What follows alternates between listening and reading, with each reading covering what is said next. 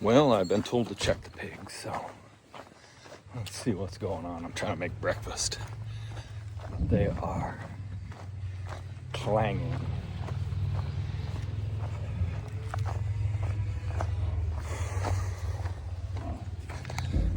Well, what's the deal, kids?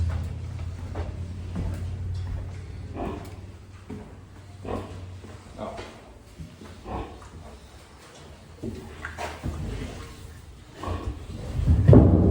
Piglets nursing, and they've stuffed the trough out. Their daily occupation is to get the trough out that hole every single day.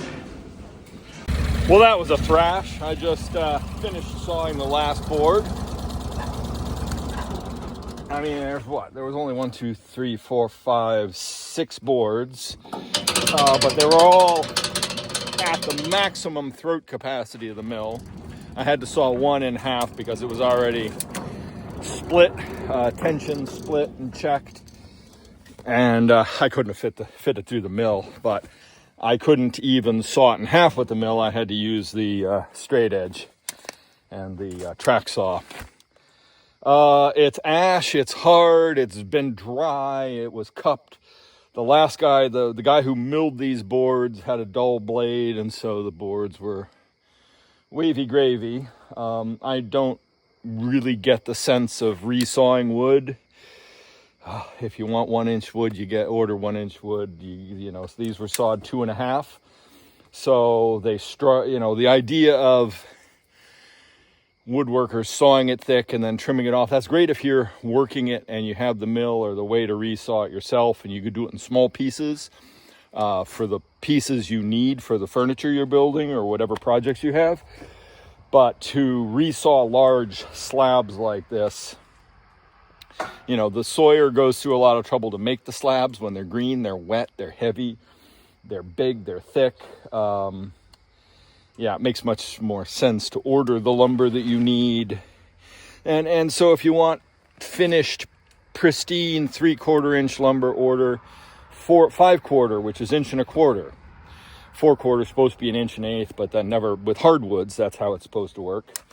Because it gives you that little bit of extra planing. So, if you're worried about shrinkage, order 1.25 inches. Make sure that it's, 1 3/8. Whatever, to plane to 3/4 or finish inch. But some of these boards, when you're resawing, the boards are tapered. They went from 2.5 inches on one end to 2 or 1 7/8 on the other end. So you're going to end up with wedges. Some were 2.5, some were 2.25, 2 3/8. I basically just set the mill at 1 inch on the bottom, and so, split the boards. And then with wide boards like this, there's inevitably cup. So you're going to end up with thick and thin in the same board. It's never going to be satisfactory for either the sawyer or the end customer, but thank frick I got it done. I'm going to get that last board off the mill, stack it here, and move the pile and cover it so the dew doesn't affect it. I'll call the customer. He's chomping at the bit, I'm sure. He'll probably leave these for the next 6 months here, though. That's the way it always works.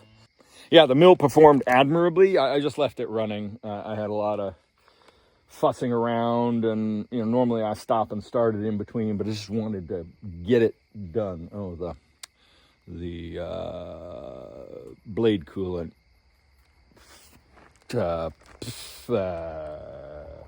blade coolant tank fell off. I have to fix that again. It's late 7. I've got to get ready for milking. Push this just so I can get it done. You probably can't see right there, those yellow, are those apples or plums?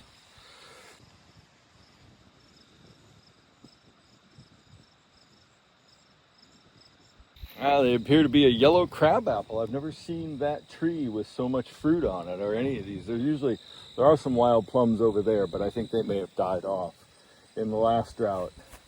I'd wander down there, but it's quite a steep ravine, and I'm sure those things are going to be sourer than sour owl shit, as they say. So I think I'll give them a pass and just finish up my grass walk so I can get back to the farm and have a snack before milking. But I think this and the other silage fields aren't going to get cut until October at this point. It's, yeah, another week plus of September, and I think it's going to be into the first weeks of October before it's worth it. And it might not be worth it then. Just have to see.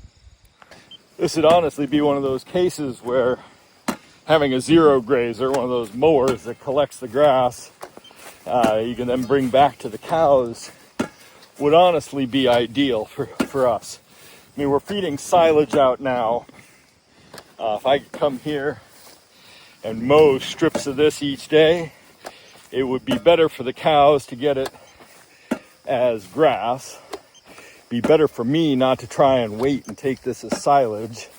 It may regrow better. And I wouldn't be feeding silage out to the cows. I'd have those bales saved. It's not really done in our country, but would definitely be a way of managing these droughty years, because there is enough grass growth here, and keeping it mowed would keep this more like a lawn, and these weeds wouldn't grow up in it, and it would, in a case like today, it would take off this dead stuff and allow it to regrow better in the remaining season.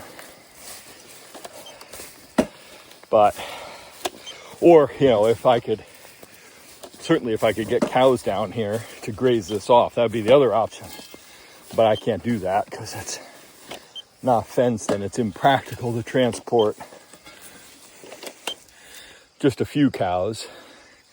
Might as well have an apple while I'm here. These are some really great apple varieties here.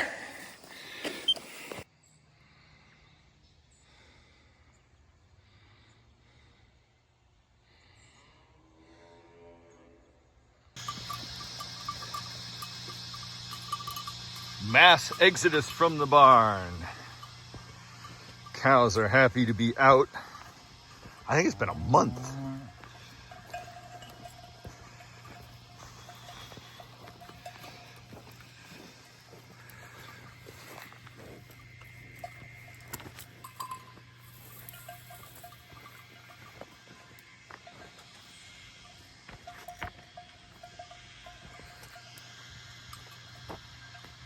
On Tethys, love. Gonna move Tethys and Ganymede up to the shipping container barn. Come on, love. You're doing pretty good for being on a halter. First time ever. Pigs, Tethys and Ganymede. See how it goes. Down here trying to put some lobster trap wire on this cattle gate in Io's pen, because she keeps nursing on Trixie even though we've removed Percy from the scene, and Io is being a little bit of a chunky pest. Aren't you, sweetheart? She is a most affable girl. Yes, you are, sweetheart. But I have to do this work. I need to get these panels tied on here so you can stop nursing on the various generous Trixie. Because not only are your teeth cutting her teats, but we want the milk. And so we've moved Tethys and Ganymede up to the shipping container barn. A pen in there, and so hopefully that will help free up some space in the barn. And very soon, I know I keep saying this, Io and Demeter need to go out.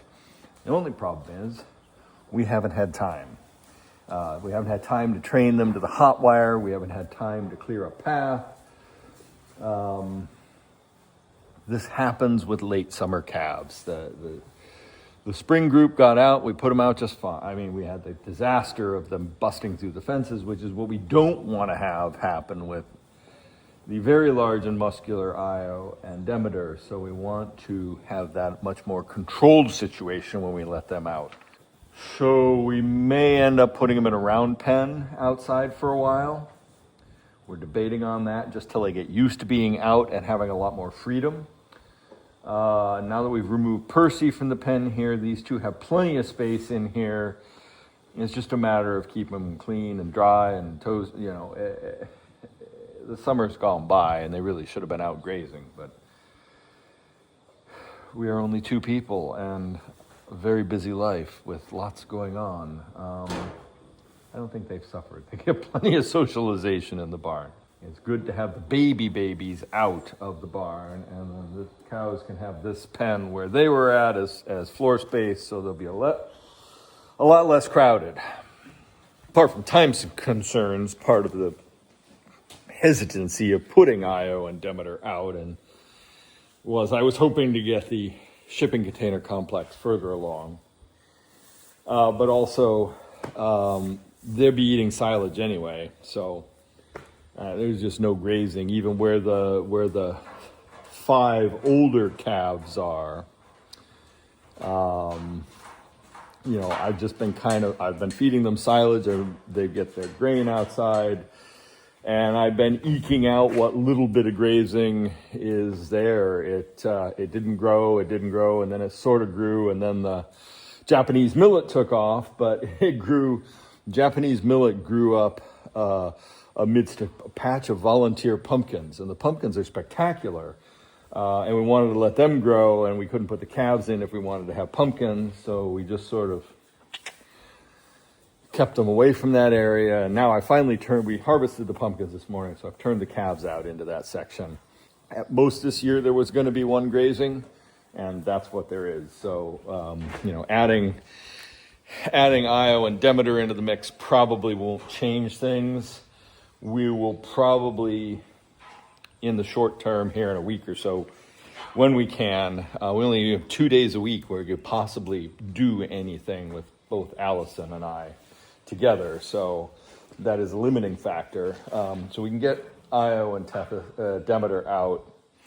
Tethys and Ganymede will probably stay in the shipping container till November at this point. Once we move the twin Guernsey crosses, the twin boys, bull calves out, then we can add other calves to the system. But we probably might consider moving Io and Demeter out to a round pen just so they can have some space and be outside. It's the days blend together and time flies, and all of a sudden it's like, oh my God, I can't believe that Tethys is a month old, a little over a month. She was born on the 9th of August, and it's now the 20th of September. So yeah, time just flies.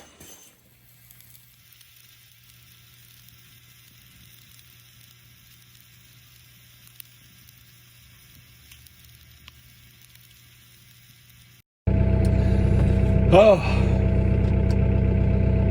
tractor got fixed Friday. It's now Sunday. I didn't get any video of that because the tractor was also scheduled to be fixed in the morning, and we got up and the vacuum pump for the milking parlor, I turned it on and it didn't sound right, and all of a sudden the pulley went flying off. And at first I thought, well, when it didn't sound right, I called the repair technician. What's that? I called the repair technician, and he said, well, and he listened to it over the phone. He says, well, it sounds kind of like the motor's cooking. So I said, well, get in the truck and bring us a new motor. We can't not be able to milk cows. We do have a backup pump, but... And so he was just about to leave. I called him back and said, yeah, no, the pulley flew off. And he said, all right, well, I'll bring the stuff to repair that too. So it turns out the motor hadn't fried or bearing gone out or whatever. And I guess I got to pay attention to what I'm doing. Turned out the motor hadn't gone, the bearing wasn't going out in the motor. And it was the pulley and the fact that the belts were misaligned and the pulley had slipped, and he left us a rebuilt motor that he'll charge us for if we use it, should the motor go out, because it does sound like a bearing might be going out on it. But the pulley is out of round, and I had to order new belts for it because the belts that I just replaced were too tight. Anyway, I am backing up so that I can move this trailer out of the way. It's Sunday, and it's our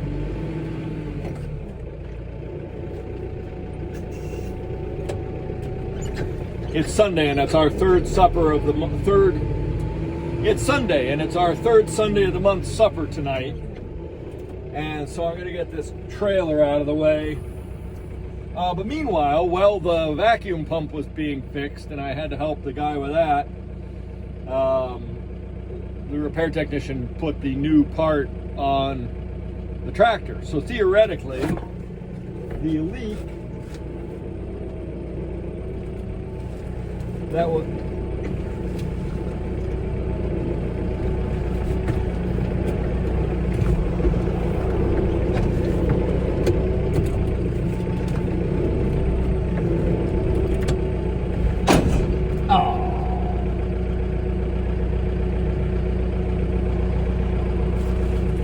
trailer sunk. Theoretically, the leak that is on the back of the tractor has been fixed. I don't know, I need to wash, now that it's fixed, and it was broken. The part was severed in two pieces. That's why there was so much hydraulic fluid leaking. Now that that's fixed, I can pressure wash the back end of the tractor and make sure it's not leaking anymore. Where I parked it overnight, there was just some residual hydraulic fluid dripping off the case of the tractor. So anyway, so hopefully the tractor's fixed. Hopefully we have a solution if the vacuum pump breaks. I have no idea what I did yesterday. We're getting ready for the supper today. So I gotta move this trailer out of the way, park it, because we need this spot for parking tonight for the supper. And we'll be getting ready for the supper tonight. And that's where we're at. I don't know why I've got a headlamp on. It's the middle of the day. Oh, and the other thing that got fixed was the door, which, oh, hear that solid clunking sound. The door has been busted for months. It wasn't latching right. He thought it was the pin here, and he did replace the pin. The other one was grooved quite heavily, but he also had to replace the latch. So that positive click means now the door can't pop open. After months of having to make sure the door didn't fly open while I was mowing hay and stuff and driving on the road, having it function correctly again is fantastic. This is the second door latch I've had to have replaced under warranty, so hopefully this one doesn't go bad. The side that I don't use that often is sound and works perfectly fine, but the one that I come in and out of all the time has been an issue for months now, and I had to replace it almost within a couple months of getting the tractor the first time. So a shout out to SR1 in Orono, where I got the tractor, for sending Nick down to repair the tractor. It took months to get the part, and I did have to agitate with both TYM and Scott's SR1 a couple of times because the parts were just off in limbo.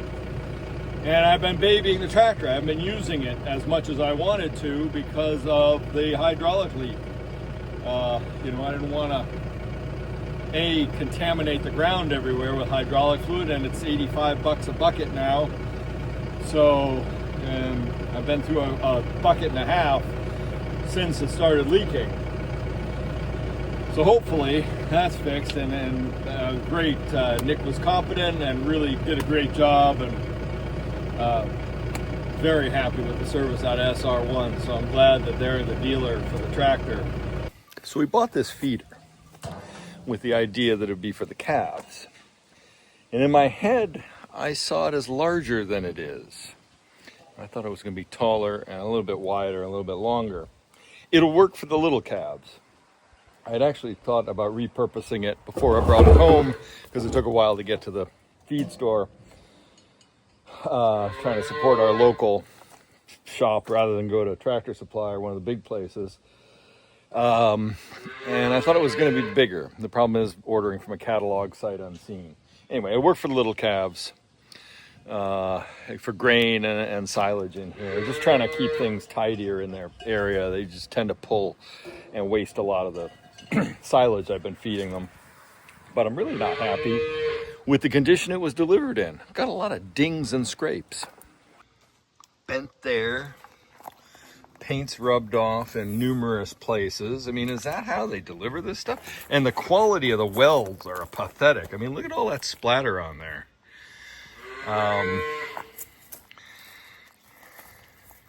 Supposedly, quality American product from an American company, but that they can't deliver it without being dinged up, I'm pretty upset with. But anyway, the price was okay.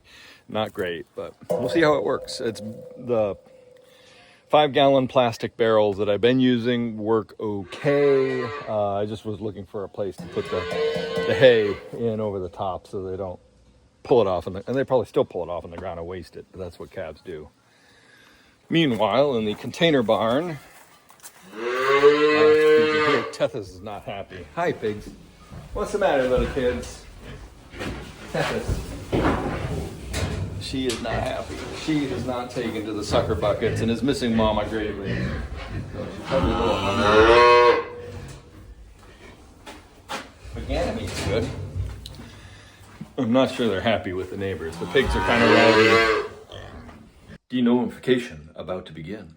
We hope to have you keep learning things every time you come. I do. And I remember even. Yeah. No, that's fun. Like hearing the whole. Down here working on the vacuum pump. It's given us a little bit of a problem over the weekend. We were milking the other morning and this pulley flew off. Ended up about 20 feet that way. And the belts that I had only just installed on it had come off. So we had the service guy come out. And he determined that the belts that I had, which were brand new, were too short. Now that was the second set of belts I bought at $50 a pair. Because the belts that we bought the thing with, which were these, one of them had disintegrated, but also you can see they're very much different size. So the ones that were on here that came on here were the wrong size belts, and they're also massively stretched. The size, I bought the size that these indicated on the printing on the belts, but they are so stretched out that a new belt was way too tight. And so I bought the next size belt up, which was still too tight and left no room for adjustment. So I've now bought a third set. Instead of 54s or 56s, I bought 58s, which are 61 inches around. I don't get how the numbering system works, but anyway, a little over 5 foot circumference. So now we had the service guy come out. He put the pulleys back on. We adjusted things to the belts that I had, but he said, get a new set, get the next size up. They're too big so that you can actually adjust and get the correct belt tension. Now that I've got the new belts on and I've adjusted the tension right, the pulleys aren't in alignment even after we messed with it the other day. So this is the motor, that's the pump, and the vacuum pump is skewed about 1/4 inch. So out of parallel to the motor pulley. So I'm gonna try and get that rectified, and then I think I can set this up correct. Because it has, we don't want to put any strain on anything. The motor could be wearing out. He did leave me a new motor. I can pop a rebuilt motor. I can pop on here if I have to. But we don't want to, this was heavily used and it cost us a fraction of what a normal used pump, vacuum pump costs, and thousands less than a new vacuum pump. So we got to make this work, and eventually we build a new parlor. This will be the backup pump. We'll have a new pump, probably one that doesn't use an oil reclamation system, because it's messy and gross, and as it heats up and the oil drips in through these drippers, it burns off and creates smoke, which is unpleasant while you're milking. So we got to rectify this. But anyway, I got to get this trued up so that and test this so that it runs. And this is part of this morning's task. I am just truing up this side of the pump to make 3.5 inches and 3.5 inches. It was out there. It was out on this leg. So I'm going to tighten these down now that I've got that trued up, and that should help with the alignment of the motor pulley. So I'm just going to get these cinched down again.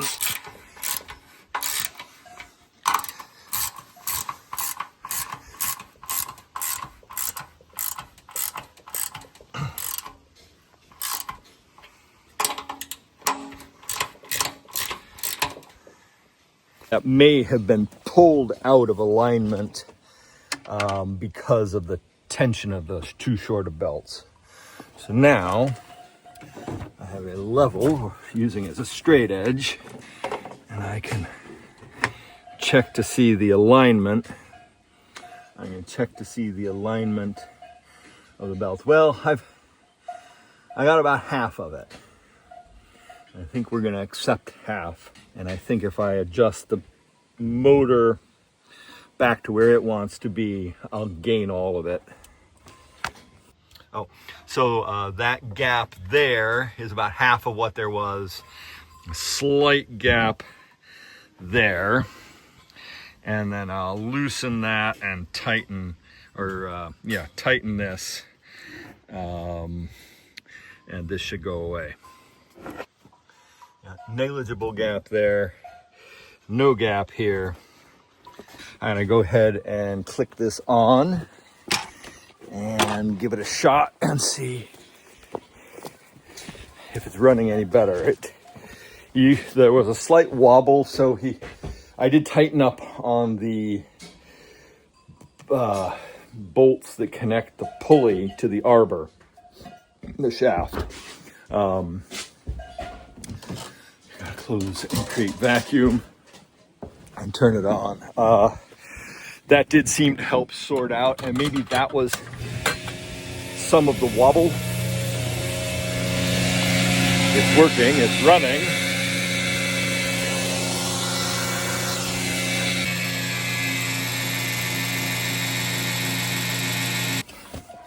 Well, we're still true and straight, and it looks good that way. So we will just wait and see. Hopefully I corrected any issue and prevented and headed off any problem that the belts being too tight would cause.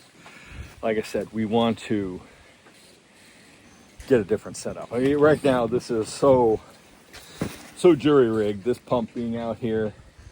This is gonna have to get a cover over for winter. This will be the first winter we've used this pump. Normally we've got the little one inside the barn as a backup if we have to, but we can only milk 1 cow at a time. This will, when we get set up there, allow us to milk 5 at a time. 4 is all we need to for the moment. If we could do 4 at a time, we could really fly through milking. But I gotta get a different parlor. Gotta have the space to do it in. Almost could convert this one to be 3 at a time. That would give us three cohorts of 3 and we'd be done. But this parlor is worn out. It's past its prime. It was only built temporary, and I think we're on a 6th year of using it. So, yeah. Change is gradual, but it does happen.